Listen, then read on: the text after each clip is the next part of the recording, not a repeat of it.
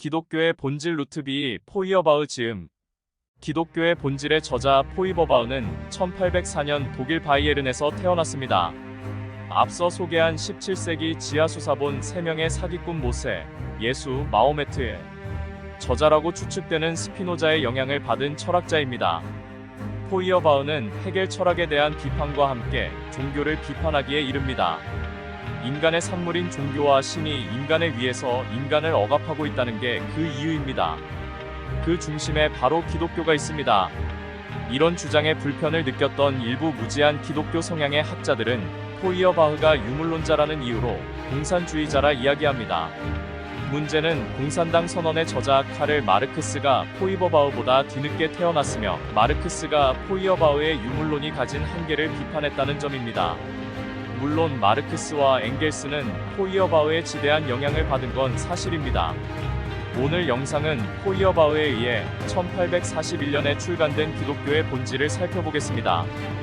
방대한 내용을 모두 소개하지 못하는 점 안타깝게 생각합니다. 몇몇 장의 내용을 한두 줄로 전해드릴 수밖에 없기 때문에 꼭 책을 읽어보시길 권장해 드립니다. 기독교는 결코 초인간적인 종교가 아니며 기독교는 인간의 허약함을 신성화한다. 신이 고통을 받는다는 것은 그러나 신은 마음이다라는 것에 의미하는데 불과하다. 마음이 모든 고통의 근원이며 핵심이다. 고통 없는 존재는 마음 없는 존재다. 그러므로 고통받는 신의 비밀은 감각의 비밀이다. 고통받는 신은 느끼는 신이며 느끼기 쉬운 신이다. 섭리는 종교와 마찬가지로 인간에게만 속한다.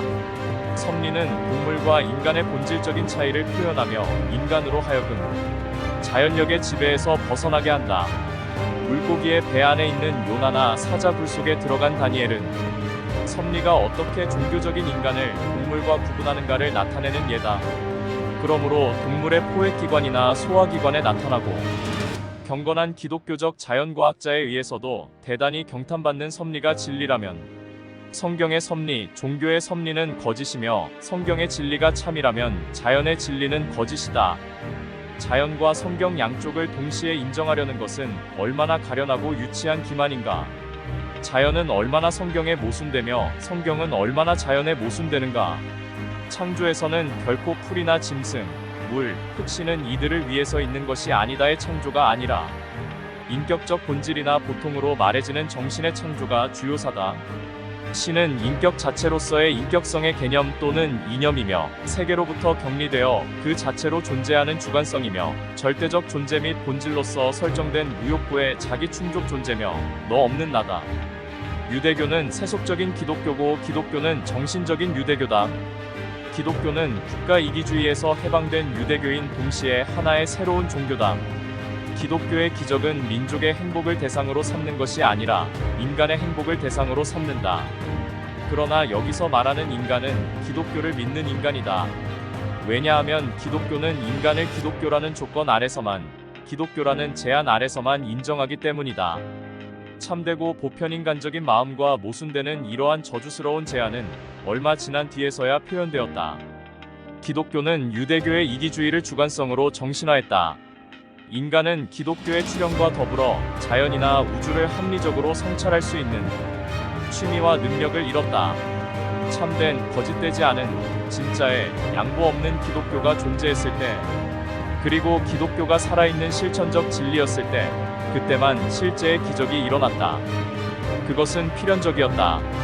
왜냐하면 죽은, 역사적, 과거의 기적에 대한 신앙은 그 자체로 죽은 신앙이며 불신으로 나아갈 수 있는 최초의 싹이며 또는 오히려 기적에 대한 불신앙이 누설되는 최초의 방법이기 때문이다.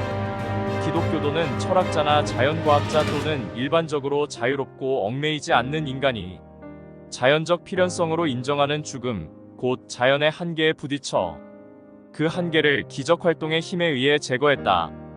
이와 마찬가지로 기독교도는 생식이라는 자연 과정에 부딪혀 이것을 기적의 힘에 의해 지향해야만 했다.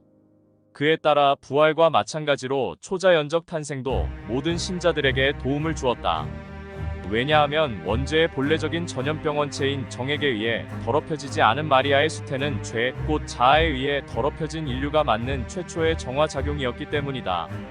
아주 비판적이고 냉정한 개신교의 정통파조차 신을 낳은 처녀의 수태를 위대하고 존경과 경탄을 받을 만한 초이성적인 신앙의 비밀로서 고찰했다. 기독교에서 인간은 자기 자신에게만 집중하며 세계 전체와의 연관으로부터 벗어나고 스스로를 자족한 전체로 세계 외적이고 초세계적인 절대적 본질로 만들었다. 기독교도는 그들의 실천적, 이론적 불관용을 다음과 같이 유지했다. 곧 기독교는 세계의 몰락에 대한 믿음에서처럼 주관성의 대립물인 자연을 부정함으로써만 자신들의 영원하고 주관적인 삶이 안전해지는 것으로 믿었다. 세계는 사라져가도 인간은 영원하다. 기독교도는 인간을 자연과의 모든 협동으로부터 분리시켰고 그 때문에 이들은 고상한 취미의 극단에 빠졌다. 어떤 다른 종교도 기독교만큼 인간의 구원을 강조하지 않았다. 이 점에서 특히 기독교는 다른 여러 종교와 구분된다. 이 때문에 기독교는 스스로를 신론이라 부르지 않고 구원론이라 부른다. 이러한 구원은 현세적, 지상적인 행복이나 복지가 아니다. 반대로 가장 심오하고 가장 진실한 기독교도들은 지상의 행복은 인간을 신으로부터 멀리하고 그에 반해 현세의 불행이나 고뇌, 질병들이 인간을 신에게 되돌아가게 하며 그 때문에 이것들만이 기독교도들에 어울린다고 말한다. 왜 그런가? 왜냐하면 불행 속에서 인간은 한결같이 실천적으로 또는 주관적으로 생각하고 있기 때문이며 불행 속에서 인간은 오로지 필요한 하나의 것에 관계하기 때문이고 불행 속에 있을 때 신은 인간의 필요로서 느껴지기 때문이다. 쾌락이나 기쁨은 인간의 마음을 넓히고 불행이나 고통은 인간의 마음을 조이고 압축한다. 신의 은총은 우연의 힘이 신비화된 것이다. 우리는 여기서 종교의 본질적인 법칙으로서 인식된 것을 다시 확인할 수 있다. 종교는 모든 것을 신에 의존시켜 신으로부터 설명하면서 우연을 부정하고 배척한다.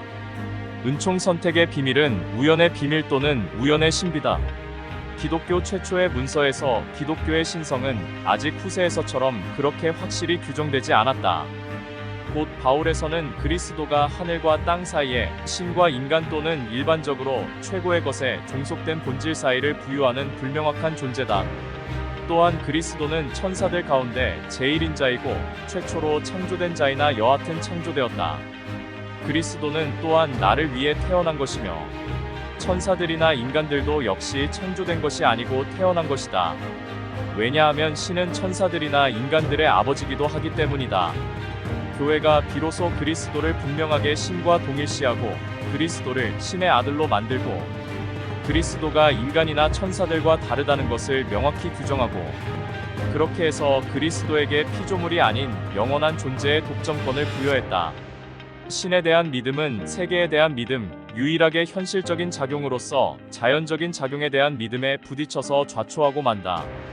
여기서 기적에 대한 신앙이 이미 지나가버린 역사적인 기적에 대한 신앙에 지나지 않는 것처럼 신의 존재도 역시 역사적이고 그 자체로 무신론적인 표상에 지나지 않는다. 호이어바흐는 신이 아니라 인간이 되는 종교 정신이 아니라 자연이 주체가 되는 철학의 복원이 휴머니즘의 실현에 필수적인 전제라고 생각했던 것 같습니다. 지금까지 호이어바흐 작품 기독교의 본질에 나오는 일부 내용을 살펴보았습니다.